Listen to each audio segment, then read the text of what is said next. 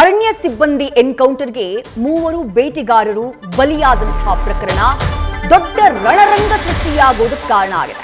ಕಾವೇರಿ ವನ್ಯಜೀವಿ ಧಾಮ ವಸತಿ ಗೃಹಗಳ ಮೇಲೆ ಸಂಬಂಧಿಕರು ಗ್ರಾಮಸ್ಥರು ದಾಳಿಯನ್ನ ಮಾಡಿದ್ದಾರೆ. ಕುಟುಂಬಸ್ಥರ ಆಕ್ರೋಶಕ್ಕೆ ಕಚೇರಿಯ ಪೀಠೋಪಕರಣಗಳು ಪುಡಿಪುಡಿಯಾಗಿದ್ದಾವೆ. ಹನೂರಿನ ಶಾಗ್ಯ ಗ್ರಾಮದಲ್ಲಿ ಆಗಿರುವಂತಹ ಘಟನೆ ಇದು. ಅರಣ್ಯ ರಕ್ಷಕರ ವಸತಿ ಗೃಹದ ಬೇಗವನ್ನ ಒಡೆದು ಹಾಕಿ ಉದ್ರಿಕ್ತರು ಆಕ್ರೋಶವನ್ನ ವ್ಯಕ್ತಪಡಿಸಿದ್ದಾರೆ. ಕಚೇರಿ ಮುಂದೆಯೇ ಕುಳಿತು ಪ್ರತಿಭಟನೆಯನ್ನ ಮಾಡ್ತಿದ್ದಾರೆ, ನ್ಯಾಯವನ್ನ ಕೇಳ್ತಿದ್ದಾರೆ. ಸದ್ಯ ಶಾಗ್ಯದಲ್ಲಿ ಬಿಗುವಿನ ವಾತಾವರಣ ನಿರ್ಮಾಣವಾಗಿದೆ. ಪೊಲೀಸ್ ಬಿಗಿ ಬಂದೋಬಸ್ತ್ ನಿಯೋಜನೆ ಮಾಡಲಾಗಿದೆ.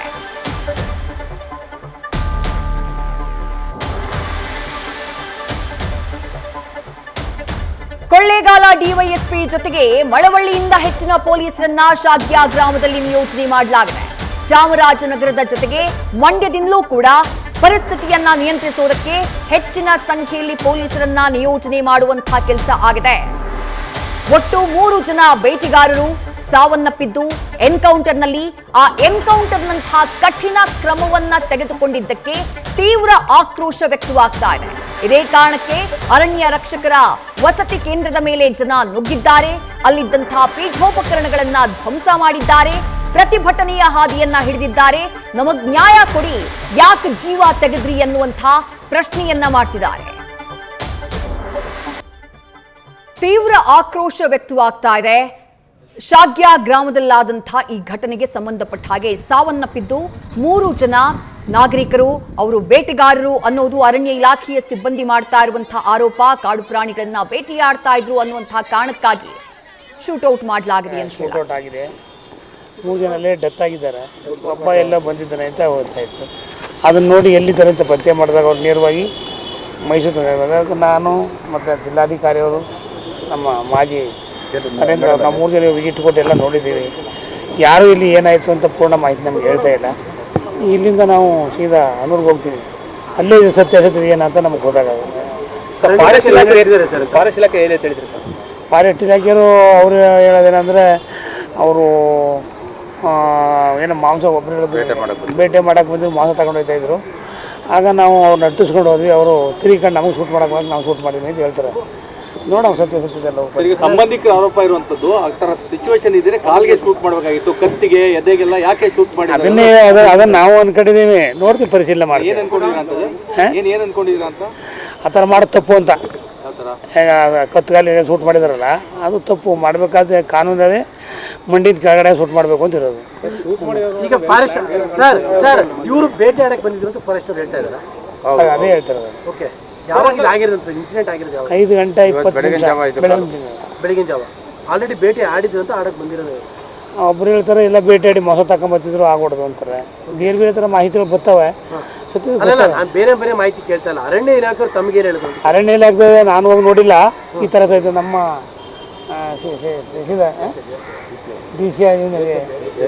ACFನು ಹಂಗೆ ಹೇಳ್ದ. ನಮ್ಮ DF ನಮ್ಮ ಕಡೆಯವರು ಅವ್ರು ನಾನು ಅಲ್ಲೇ ಹೋಗ್ತೇನೆ. ಮಾಹಿತಿ ಮಾಹಿತಿ ಸತ್ಯ ಯಾರು ಕರೆಕ್ಟಾಗಿ ಹೇಳಲ್ಲ ರೀ. ಇನ್ನೂ ನಾವು ತಕ್ಕಬೇಕಲ್ಲಿ ಅವ್ರ ಕಡೆ ಇದ್ದಾರಲ್ಲ, ಫಾರೆಸ್ಟ್ನವ್ರು ಅವ್ರು ಬೇಕಾದ್ರೆ ಅವ್ರು ಹೇಳ್ತಾರೆ. ನಮ್ಮ ಈ ಕಡೆ ಪಾಪ ನಮ್ಗೆ ಯಾರು ಇನ್ನೂ ಏನು ಹೇಳಿಲ್ಲ. ಇವ್ರು ತಿಳ್ಕೊತೀವಿ ಅವ್ರ ಸತ್ಯ.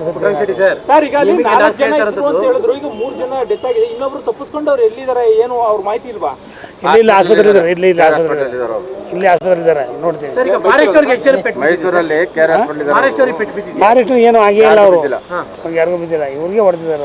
ಹೊಡೆದಿರೋದು ನಿಮಗೆ ಹೈಯರ್ ಅಫಿಷಿಯಲ್ಸ್ ಹೇಳ್ತಾ ಇರೋದು ಬೇಟೆ ಆಡಿ ಬರ್ತಾ ಇದ್ದೀರ ಅಂತ ಇಲ್ವಾ?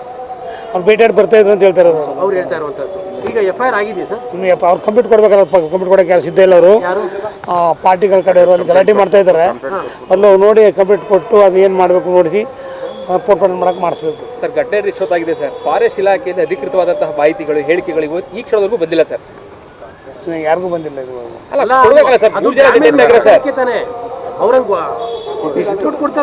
ಸರ್ಕಾರಕ್ಕೆ ಡ್ಯಾಮೇಜ್ ಅದು ಕೊಡಬೇಕು, ಕೊಡಿಸ್ತೀವಿ.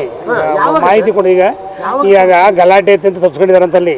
ನಾವು ನೋಡಿದಾಗ ಅವ್ರು ಗಲಾಟೆ ಆಗ್ತದೆ ಅಂದ್ಬಿಟ್ಟು ಅವರು ನಿಮ್ಗೆ ಇನ್ನೊಂದು ಹೇಳಿ ಹೊಡೆದು ಬಿದ್ದಾಗ ಅವ್ರು ಬಾಡಿನೇ ತರಾಗಿಲ್ಲ. ಅವರು ಬಾಡಿ ಎತ್ಕೊಂಡ್ಬಂದ್ರೆ ದೊಡ್ಡ ತಪ್ಪಾಗಿದೆ. ಅಲ್ಲಿ ಫಾರೆಸ್ಟವರು ಬಾಡಿಗಳನ್ನ ಎತ್ತು ಅವ್ರೇನು ನನಗೆ ತಿಲ್ಲ. ಬೇರೆ ಹೇಳ್ತಾ ಇರೋದು ಏನಂತಂದರೆ, ಅಲ್ಲಿ ಇಬ್ಬರು ಸುತ್ತೋದ್ರು, ಒಬ್ಬ ಬದುಕಿದ್ದ.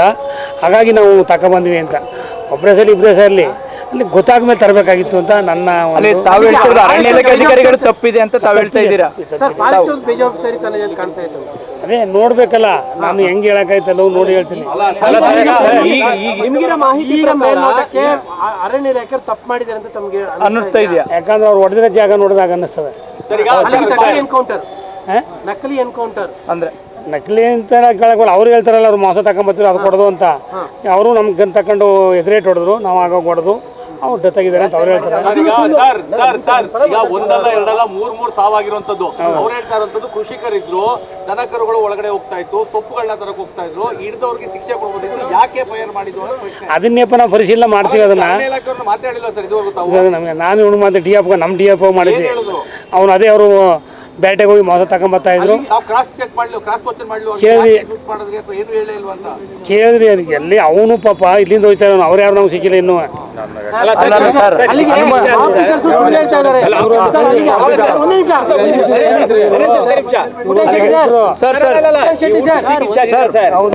ಜವಾಬ್ದಾರಿ ಇರುತ್ತೆ, ಮಾಹಿತಿ ತಗೊಂಡು ಫಾರೆಸ್ಟ್ ಅವ್ರನ್ನ ತಗೋಬೇಕಾಗಿತ್ತು ಅಂತ. ಒಂದ್ ನಿಮಿಷ, ನಿಮ್ಗೆ ಗೊತ್ತಿಲ್ಲ ಎಷ್ಟು ಗಂಟೆಗೆ ಮುಗಿದಲ್ಲಿ ಇನ್ನೂ ಮುಗಿತಾ ಇದ್ದ ನಾನು ಓಡ್ ಬಂದಿದ್ದೀನಿ ಸರ್. ನಾನು ಇವತ್ತು ಅರಣ್ಯ ಇಲಾಖೆ ತಮಗೆ ಮಾಹಿತಿ ತಪ್ಪಾಗಿ ಕೊಡ್ತಾ ಇದ್ದಾರೆ ಅಂತ.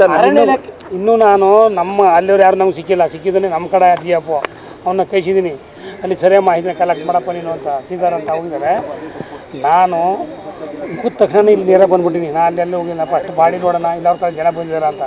ಆ ಕಡೆಯವರು ಇಲ್ಲಿ ಯಾರು ಸರಿಯಾಗಿ ಮಾಹಿತಿ ತನಿಖೆಗೆ ಆದೇಶ ಮಾಡಿದ್ರೆ ಹೇಗೆ ಸರ್ ಅಂತ ಮಾಡ್ತೀವಿ ಈಗ ಸರ್ ಅವ್ರ ಕಡೆಯಿಂದ ಅಲ್ಲಿಗೆ ಅರಣ್ಯಾಧಿಕಾರಿಗಳು ತಮಗೆ ತಪ್ಪು ಮಾಹಿತಿ ಕೊಡ್ತಾ ಇದ್ದಾರೆ ಅಂತ. ಒಂದು ನಿಮಿಷ ಕೇಳಿಸ್ಕೊಳ್ಳಿ. ಘಟನೆ ನಡೆದು 5-6 ಗಂಟೆ ಆಗಿದೆ. ಇಂಡಿಪೆಂಡೆನ್ಸ್ ಡೇ ಮುಖ್ಯ ಅನ್ನೋ ಪ್ರಶ್ನೆ ಬೇರೆ. ಅದ್ರ ಜೊತೆಗೆ ನೀವು ಒಬ್ಬ ಜಿಲ್ಲಾ ಉಸ್ತುವಾರಿ ಸಚಿವರು ಅವ್ರು ಮಾಹಿತಿ ಕೊಡಲ್ಲ ಅನ್ನೋದಾದ್ರೆ ಇಲ್ಲ ಕೊಡ್ತಾರ್ರಿ. ನನಗೆ ಇನ್ನೂ ಅವ್ರು ಯಾರು ಸಿಕ್ಕಿಲ್ಲ. ಇನ್ನೂ ಯಾಕೆ ಕೊಡ್ತಾ ಇಲ್ಲ? ಒಬ್ರು ನಾನು ಹೇಳೋದು ಆ ಮಟ್ಟಕ್ಕೆ ಕೊಟ್ಟಿದ್ದಾರೆ. ಯಾವ ಮಟ್ಟ ಕೊಟ್ಟಿದ್ದಾರೆ? ಅದೇ ನಾನು ಹೇಳದ್ನಲ್ಲ, ಅವರು ಬರ್ತಾಯಿದ್ರು ನಮ್ಮ ಮೇಲೆ ಗನ್ ಹಾರ್ಸಕ್ಕೆ ಪ್ರಯತ್ನ ಮಾಡೋಕೆ. ನಾವು ಗನ್ ನೋಡೋದು, ನಮ್ಮ ಕಡೆ ಗನ್ ನೋಡೋದಾರ ಕೊಟ್ಟಿದ್ದಾರೆ ಮಾಹಿತಿ.